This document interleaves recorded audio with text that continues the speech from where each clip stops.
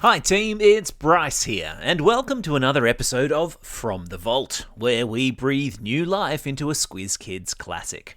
And this week, I dived into the Squiz Kids archives and I pulled out one of my all-time favourites.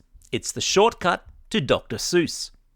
Now, with Christmas around the corner, you've probably seen a lot of The Grinch lately. Well, did you know that long before he was an animation and a movie star, The Grinch was a Dr Seuss book?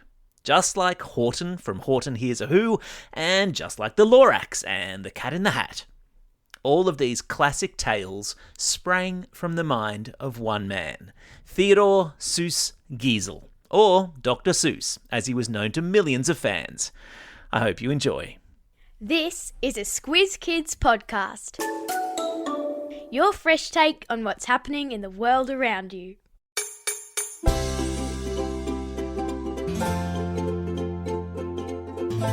He brought us barbaloots, wockets and the zizzer-zazzer-zuzz. His middle name is actually pronounced Zoice, and he makes millions of dollars every year, even though he died in 1991. This is your Squiz Kids shortcut to Dr Seuss, the podcast where we dive into the who, what, when, where, why and how of the big news stories. I'm Amanda Bauer. And I'm Bryce Corbett. Theodore Seuss Geisel, known and loved by his pen name Dr Seuss, was born on March 2, 1904. Even though Dr Seuss died 31 years ago, kids all over the world celebrate Dr Seuss Day every March 2nd. And this week, we're going to celebrate him too.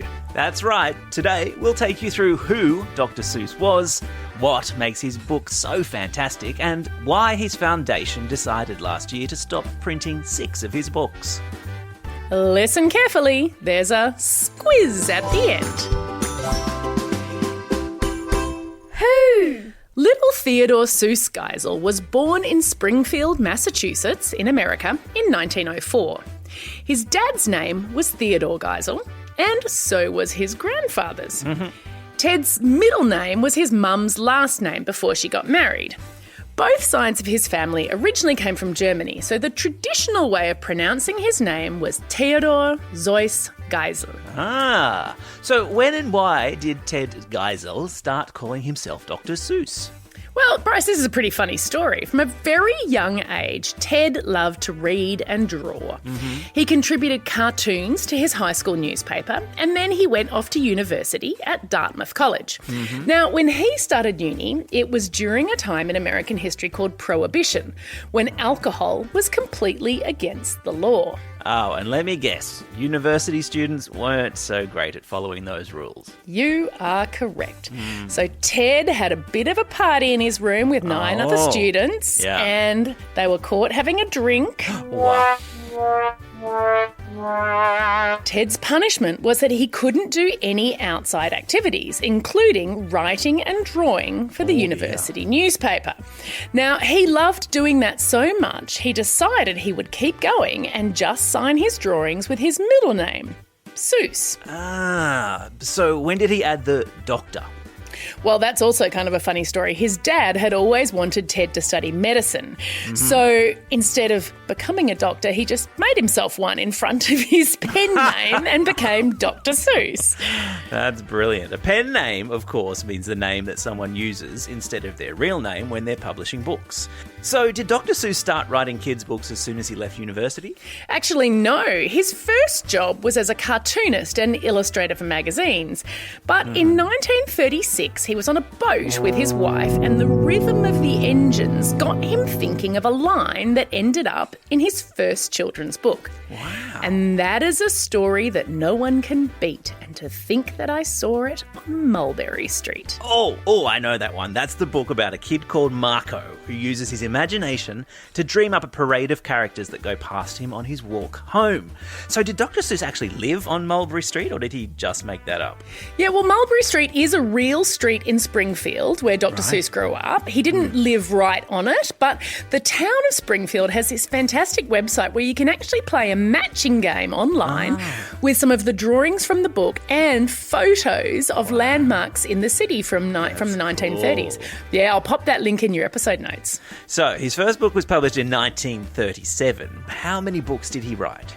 Well, more than 40, Bryce, which is pretty impressive, yeah. Whenever he got stuck for ideas for a book, he'd put on one of the crazy hats he kept in his cupboard for inspiration and get back into it. I need some of those. Yeah, so do I. By 1991, when he died at the age of 87, his books had sold more than 600 million copies and been translated into more than 20 languages. His books inspired 11 television specials, 5 feature films, a Broadway musical, and 4 television series. And he won all kinds of awards, including 2 Oscars, 2 Emmys, a special Pulitzer Prize, and 2 honorary PhDs.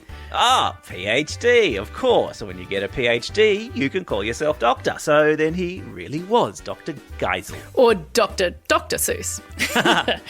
Despite delighting billions of kids over the decades, Dr. Seuss himself never had kids. He once said, "You have them, I'll entertain them." And he's definitely done that. His books are still so popular that last year he earned $48 million. And that's 30 years after he died. Wow. In fact, he has made the list of the world's highest paid dead celebrities every year since 2001 when it was first published. Who even knew that list existed? Right. So, Amanda, what is it about Dr. Seuss's books that kids love so much? What? Bryce, tell me how you feel about anapestic tetrameter. And a what now? Anapestic tetrameter. So that's a poetic meter used by many famous writers throughout English literature. Okay, so when you say meter, I don't think you mean like 100 centimetres, do you? No, I don't. Meter is the word you use to describe the rhythm of a poem. And Dr. Seuss's books are written as poems. So have a listen to these lines from Yertle the Turtle and the emphasis that you hear in the syllables. Okay. And today the great Yertle, that marvellous he, is king of the mud. That is all he can see. So there are 2 weak syllables and then a strong one. And that repeats 4 times every line. Now, most people, adults and kids, aren't going to listen to a Dr. Seuss book and think, aha, I like this because of the anapestic tetrameter. No, probably not, but we definitely do respond to rhythm, don't we? Yeah, exactly. It's just pleasing to our ears. And the other thing that's very pleasing to our ears are the ridiculous, hilarious rhymes that Dr. Seuss's books have in spades. Sometimes I feel quite certain there's a jerton in the curtain, a zlock behind the clock, and that zelf up on the shelf, I've talked to him myself. Those made-up creatures that are hiding behind and rhyming with everyday objects. It's brilliant. Not just brilliant, Bryce, but it's really helpful if you're learning to read. I mean, what a great way to tell the difference between certain, spelled C-E-R-T-A-I-N, and curtain, C-U-R-T-A-I-N. Dr. Seuss was really great at making it fun to learn to read. Right. But was he really trying to help kids learn to read, or not just convince us, say, to try new foods like in green eggs and ham? Well, that is the perfect example to bring up. Did you know that green eggs and ham only contains 50 words in the whole story? Wow. Yep, there's heaps of repetition, and Dr. Seuss wrote it to win a bet. So he'd only used 236 words for The Cat in the Hat, and his publisher had asked him to write that because kids were finding those learn-to-read books that have lots of repetition really boring. And so the challenge was to write a learn-to-read book that was fun. And after The Cat was such a hit, his publisher bet him he couldn't write a book with even fewer words. Well, he definitely won that bet. Now, Amanda, with Dr. Seuss so beloved, why is it that the Dr. Seuss Foundation announced that it wouldn't publish 6 of his books anymore? Why? Well, when Dr. Seuss was still alive, he made some changes to his first book, And to Think That I Saw It on Mulberry Street, because he realised that it included some racist stereotypes. Ah, a stereotype, of course, is a fixed idea about a group of people that may be untrue, or only partially true. For example, it's a sexist stereotype to say that all boys love football or that all girls want to be ballerinas. It sure is. I love footy and I've never done a day of ballet in my life. So, although Dr Seuss had made some changes to those racist stereotypes during his lifetime, last year on March the 2nd, Dr Seuss Day, Dr Seuss Enterprises announced that they were no longer going to publish 6 of his books because they still portrayed some people in ways that were hurtful and wrong, and that's their words. Yeah. They said they wanted to make sure that Dr Seuss's work represented and supported all communities and families. Well, I'm glad there's still dozens more Dr Seuss books for us all to get stuck into. That's right. Time for the quiz. This is the part of the podcast where you get to test how well you've been listening. Question number 1. How many words are used in Green Eggs and Ham?